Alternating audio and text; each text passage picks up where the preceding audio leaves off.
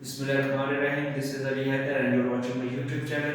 Today we talk about future simple जो कि third aspect है सिंपल एस्पेक्ट का। पहले दो हम डिस्कस कर चुके हैं जिसमें सबसे पहले हमने प्रेजेंट सिंपल डिस्कस किया, सेकंड नंबर पे हमने पास्ट सिंपल डिस्कस किया। आज हम डिस्कस करेंगे फ्यूचर सिंपल का। अब ये तीनों एस्पेक्ट है, past simple, present simple and future simple. और ये बात समझ लें कि जो पास्ट सिंपल है या फ्यूचर सिंपल है ये दोनों के दोनों डिस्कस किए जाएंगे प्रेजेंट में। यानी मैं अब बताऊंगा कि मुस्तकबिल में मैं क्या करूंगा और मैं अब बताऊंगा कि माजी में मैंने क्या किया था। तो मैटर करता है प्रेजेंट टेंस।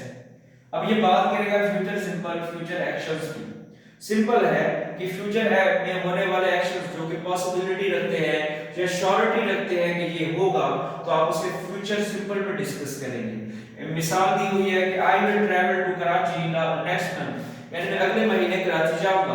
अब इस टेंस में आप देख सकते हैं कि एक पॉसिबिलिटी बताई गई है कि मुस्तकबिल में ये काम होगा। उसके अलावा नेक्स्ट है कि I will call you later, मैं तुम्हें बाद में कॉल करूंगा। यानी श्योरिटी तो नहीं देंगे लेकिन पॉसिबिलिटी है कि मैं कॉल करूंगा बाद में। अब इसमें क्या है कि इसमें डिस्कस करते हैं सबसे पहले एफर्मेटिव सेंटेंस यानी पॉजिटिव सेंटेंसेस को। सबसे पहले सब्जेक्ट लगाया जाएगा, सब्जेक्ट के साथ विल लगाएंगे और विल के बाद बेस फॉर्म ऑफ वर्ब यानी वर्ब की फर्स्ट फॉर्म लगाई जाएगी। विल यानी फ्यूचर सिंपल के अंदर आप वर्ब की फर्स्ट फॉर्म लगाएंगे। अगर आपको याद हो तो प्रेजेंट सिंपल के अंदर भी वर्ब की फर्स्ट फॉर्म लगती है, लेकिन वहां पर एक शर्त है कि अगर अफर्मेटिव सेंटेंसेस के अंदर आपका सब्जेक्ट थर्ड पर्सन सिंगुलर है तो उसके वर्ब के साथ एस एस का इजाफा किया जाता है। और कुछ टीचर्स आजकल ये कर रहे हैं कि बच्चों को कंफ्यूजन से बचाने के लिए उन वर्ब को वर्ब की फिफ्थ फॉर्म कह रहे हैं। यानी ऐसे सब्जेक्ट जो थर्ड पर्सन सिंगुलर होंगे अगर वो प्रेजेंट सिंपल के अफर्मेटिव सेंटेंसेस में आएंगे तो उनके वर्ब के साथ हम एस एस का इजाफा करेंगे, तो ऐसे वर्ब की फॉर्म को वर्ब की फिफ्थ फॉर्म कहा गया है। अब यहाँ पर अफर्मेटिव सेंटेंसेस के अंदर सबसे पहले सब्जेक्ट लगाएंगे, सब्जेक्ट के साथ विल लगाएंगे और विल के साथ बेस फॉर्म ऑफ वर्ब यानी वर्ब की फर्स्ट फॉर्म लगाएंगे। एग्जांपल आपके सामने है, पहली एग्जांपल है कि they will play football in the evening. अब इसमें देखा जा सकता है कि एक एक्शन जो कि मुस्तकबिल में यानी आने वाले वक्त में किया जाएगा, यानी मुमकिन है, पॉसिबिलिटी है। उसके बाद नेगेटिव सेंटेंसेस की बात की जाए, अब नेगेटिव सेंटेंसेस में हम विल नॉट या वांट का भी यूज करते हैं। अब शॉर्ट फॉर्म क्या है विल नॉट की, वांट। आप इसे वांट भी ले सकते हैं, लेकिन फॉर्मल इंग्लिश के अंदर अगर आप फॉर्मल वे में लिख रहे हैं इंग्लिश को रिटन लैंग्वेज के अंदर हम इसे विल नॉट ही लिखेंगे, लेकिन अगर इनफॉर्मल बात करेंगे तो हम वांट भी कह सकते हैं। यानी स्पोकन के अंदर हम इसे वांट कह सकते हैं, बोल सकते हैं स्पोकन के अंदर। यानी मिसाल जैसे दी कि she will not eat pizza, वो पिज्जा नहीं खाएगी। या हम इट वॉन्ट रेन टमारो यानी कल बारिश नहीं होगी। तो यहाँ पर बेसिकली एक्शन की नेगेटिविटी दिखाई है जिसे हम नेगेटिव सेंटेंसेस कहेंगे। सब्जेक्ट के साथ विल नॉट या वॉन्ट लगाएंगे और साथ वर्ब की बेस फॉर्म लगाएंगे। यहाँ पर सब के साथ वर्ब की बेस फॉर्म आएगी, चाहे वो नेगेटिव सेंटेंसेस हैं, चाहे वो अफर्मेटिव सेंटेंसेस हैं और चाहे वो क्वेश्चन हैं, सब के साथ वर्ब की बेस फॉर्म यानी वर्ब की फर्स्ट फॉर्म लगाई जाएगी।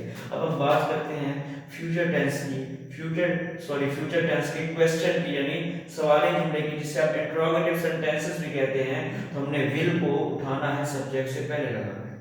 विल है क्या, विल एक मॉडल वर्ब है, तो विल को हम उठाएंगे सब्जेक्ट से पहले लगाएंगे। अब सबसे पहले डिस्कस करते हैं कि मॉडल वर्ब क्या होते हैं। Modal verb basically auxiliary verb की तरह होते हैं, अपने हेल्पिंग वर्ब भी कह सकते हैं, जो फ्यूचर में होने वाली पॉसिबिलिटीज को, सजेशंस को या एबिलिटीज को बताने के लिए इस्तेमाल किया जाता है। हमारे पास बहुत से मॉडल वर्ब्स हैं जैसे कि can, could, will, would, shall, should, may, might, must, ये सारे के सारे हमारे पास मॉडल वर्ब हैं। या जैसे मे कहते हैं तो मे भी क्या है, यहाँ पर मॉडल वर्ब ही है। तो यहाँ पर मॉडल वर्ब क्या लगेगा, विल लगेगा। यानी अगर सिंपल आपने बताना है कि मुस्तकबिल में ये काम होगा तो हम क्या करेंगे, विल लगाएंगे। अगर हम सवाले की बात करें वो जो विल है उसे हम सब्जेक्ट से पहले लगाएंगे। जैसे कि आपको पता होगा कि अगर हम प्रेजेंट सिंपल की या पास्ट सिंपल की बात करें, जैसे प्रेजेंट सिंपल के अंदर डू डज का यूज था, डू डज को उठाया सब्जेक्ट से पहले लगाया क्वेश्चन के अंदर।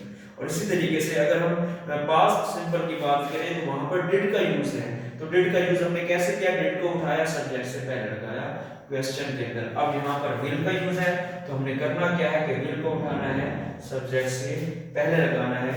एग्जांपल्स आप देख सकते हैं कि will you go to school tomorrow, कि विल ही हेल्प यू या will I see you again.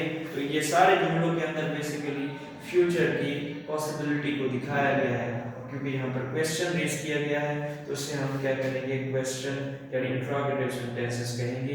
ये सारे का सारा क्या है, हमारे पास फ्यूचर सिंपल है, जो कि सिंपल एस्पेक्ट का थर्ड पॉइंट है।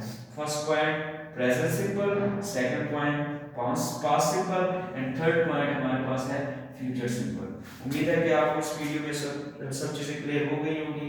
इंशाल्लाह अगले लेक्चर में हमने डिस्कस करना है प्रोग्रेसिव या कॉन्टिन्यूअस टेंस, और यहाँ तक जो चीजें हैं ये इंडेफिनिट टेंस की डिस्कस हुई हैं। प्रेजेंट इंडेफिनिट टेंस जिसे हमने प्रेजेंट सिंपल कहा, पास्ट इंडेफिनिट टेंस जिसे हमने पास्ट सिंपल कहा, और फ्यूचर इंडेफिनिट टेंस जिसे हमने आज फ्यूचर सिंपल कहा। ये सारी चीजें आज यहाँ पर इंडेफिनिट टेंस के साथ क्लियर हो गई। इंशाल्लाह नेक्स्ट वीडियो में मुलाकात होगी। अब तक के लिए अल्लाह हाफिज।